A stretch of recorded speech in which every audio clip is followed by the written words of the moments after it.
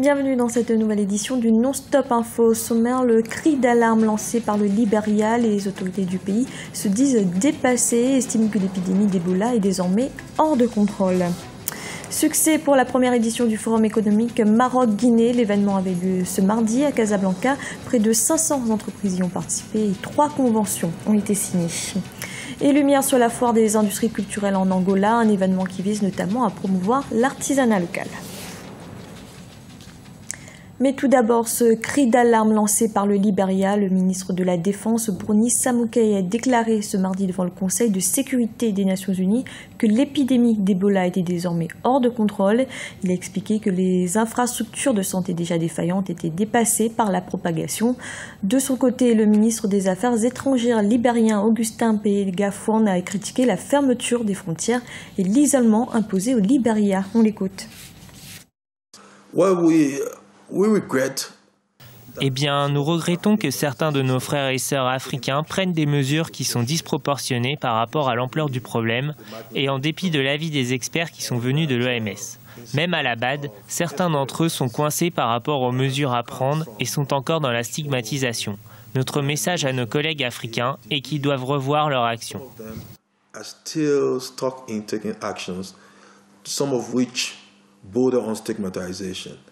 Our message to our African colleagues is that they need to revisit their actions. Et la réouverture des frontières, c'est d'ailleurs ce que souhaite l'Union africaine. L'organisation a ainsi lancé un appel lundi pour lever les restrictions au voyage. L'Organisation mondiale de la santé estime également que l'isolement n'est pas une solution pour endiguer l'épidémie. Mais certains pays comme le Sénégal sont loin d'y consentir. Un reportage de notre correspondant Djibril Fofana. L'épidémie hémorragique à fièvre Ebola est en train de porter un coup dur à l'intégration en Afrique de l'Ouest.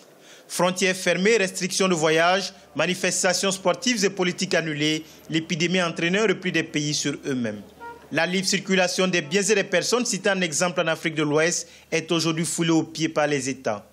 Pourtant, les experts de l'Organisation mondiale de la santé rappellent que ces mesures ne feront pas forcément reculer la maladie. Au contraire, l'isolement des malades rend difficile la capacité à prodiguer des soins et à sensibiliser les populations sur les mesures préventives. Nous développons le concept de la CEDEAO des peuples et quand il y a maladie, le peuple n'existe plus. La rigueur administrative revient, ce qui est tout à fait normal puisqu'il ne faut pas aussi étendre la maladie.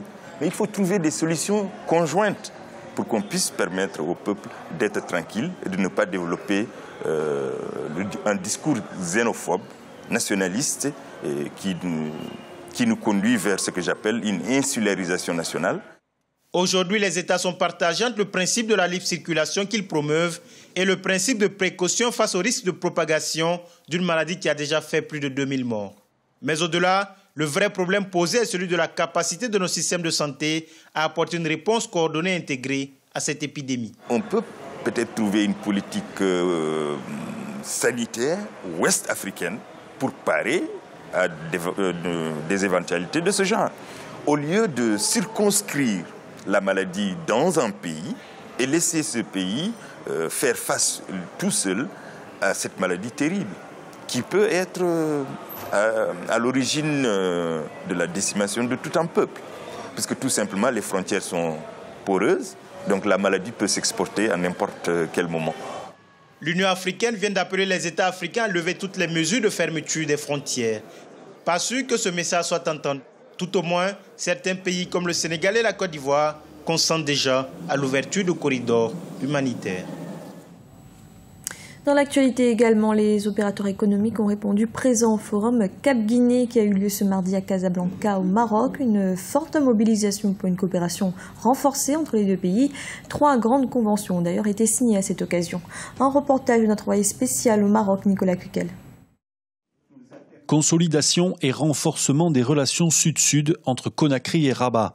Le forum Cap-Guinée, organisé ce mardi à Casablanca au Maroc, est l'occasion pour les autorités guinéennes de poursuivre sur cette voie et de vanter les mérites et l'intérêt économique qu'offre le pays.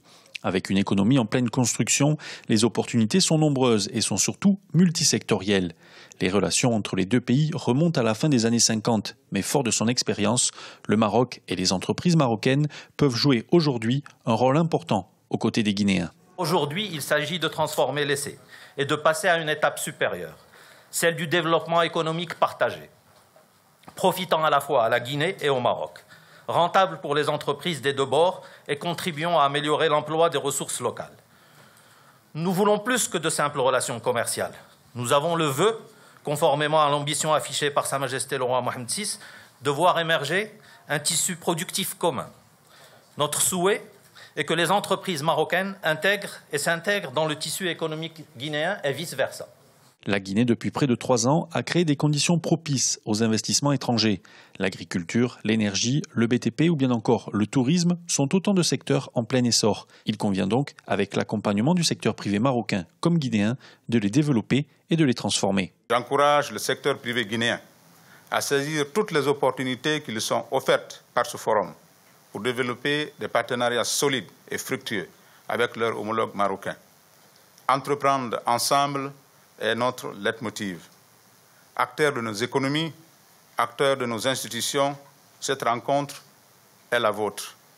La Guinée et le peuple de Guinée vous tendent les bras pour un partenariat gagnant-gagnant. Ce mardi matin, 3 conventions ont été signées, aussi bien entre les deux pays dans le domaine de l'agriculture que pour le secteur privé dans le domaine du BTP. La journée s'est poursuivie autour d'ateliers sectoriels au cours desquels les 11 ministres présents à ce forum ont pu présenter plus en détail aux 300 participants les perspectives et les conditions d'investissement en Guinée. En Côte d'Ivoire, le 6 août dernier, le gouvernement décide de niveler la taxe de 5% imposée aux usiniers de la filière EVA, une taxe également perçue en fonction du prix du caoutchouc sur le marché international. Un mois après, l'aménagement de cette mesure est un véritable soulagement pour les professionnels. Un reportage de notre correspondant Olivier Conan. Bouffée d'oxygène pour la filière EVA en Côte d'Ivoire. Le gouvernement a décidé lors du Conseil des ministres du 6 août 2014 d'aménager la taxe de 5% sur le chiffre d'affaires des usiniers. Désormais, cette taxe n'est pas perçue sur le cours mondial du caoutchouc et en dessous de 1 000 francs CFA. De 1 000 francs à 1 300 francs, la taxe est de 2,5%. De 1 301 francs à 1 600 francs, elle est à 3,5%. La taxe est plafonnée à 5% au-delà de 1 600 francs CFA. Une mesure accueillie favorablement par les professionnels du secteur. L'usinier, quand il n'a pas la trésorerie en période de cours très bas comme nous constatons, mais il achète le caoutchouc nécessaire pour ce qu'il a comme trésorerie. Et quand il n'en a plus, il ferme les ponts. Et le planteur, évidemment, quand il a fait 1 ou 2 ponts qu'il n'arrive pas à vendre son caoutchouc, il a tendance à le brader à des acheteurs au bord de la route qui exportent ce caoutchouc sous forme brute, en fond de tasse, au détriment donc des usines et sans payer les taxes au passage. Les prélèvements au profit du Fonds de développement EVA qui variaient de 10 à 25 francs CFA par kilo ont été suspendus depuis le mois de janvier 2014. Objectif, soulager les planteurs parce qu'actuellement le prix d'achat du caoutchouc est trop bas. On a bon espoir que cela va être rétabli pour nous permettre de continuer dans notre progression parce que nous sommes partis en termes de superficie réalisée de 2000 hectares, 2600 hectares. Maintenant, nous sommes en moyenne à 30 000 hectares an, voyez-vous. Mais ça demande des ressources et la situation actuelle ne nous permet pas de continuer dans cette lancée. Le prix d'achat du caoutchouc naturel s'établit aujourd'hui à 285 francs CFA parce que le coût mondial a chuté du fait de la baisse de la demande mondiale. La taxe additionnelle de 5% a été instaurée en 2012 au moment où le cours était au plus haut. Le prix d'achat du caoutchouc était alors de 1100 francs CFA en moyenne. En 2013, la production de caoutchouc naturel de Côte d'Ivoire s'est élevée à 293 000 tonnes. La taxe de 5% a rapporté 16,8 milliards de francs CFA en 2012 et 17,8 milliards de francs CFA en 2013. Lumière à présent sur la foire des industries culturelles en Angola, un événement qui se déroule dans le cadre de la 2e édition du Festival national de la culture. Environ 200 exposants y participent. Ce rendez-vous vise notamment à préserver et promouvoir l'artisanat local. Un reportage de notre correspondant Jacques Amboka. C'est la culture angolaise au pluriel qui s'exprime ici à Filda dans le cadre de la 2e édition de la FNIC 2014, la Foire nationale des industries culturelles, ouverte le vendredi 6 septembre 2014. Musique, défilé de mode, exposition de diverses disciplines artistiques, des artistes venus de toutes les provinces du pays, une occasion qui offre aux artistes angolais de laisser exprimer leur art. Je représente les artistes lyriques et ici les choses se passent bien. Ceux qui ne sont pas là sont en train de manquer cette ambiance. Si la Foire nationale des industries culturelles offre une occasion d'une large visibilité pour les artistes, elle est aussi une opportunité pour d'autres d'interpeller les autorités à accorder l'attention à d'autres arts qui semblent oubliés. Je demande au ministère de la Culture de reconnaître et œuvrer à la récupération de la poterie pour qu'elle ait aussi un impact social afin que ces mamans potières parviennent aussi à vivre de leurs œuvres. En parcourant les stands, on n'en sort pas sans en tirer profit, reconnaissent les visiteurs. J'ai pu voir en art les animaux qui sont dans notre forêt en Angola. J'ai aimé, sans parler des livres. La deuxième édition de la Foire nationale des industries culturelles se tient en marge des FENACULT 2014, Festival national de culture organisé par le ministère angolais de Culture. Elle va se clôturer le mardi 10 septembre. C'était le journal de la rédaction. Merci de l'avoir suivi. Retrouvez dans un instant une nouvelle édition du Non-Stop Info.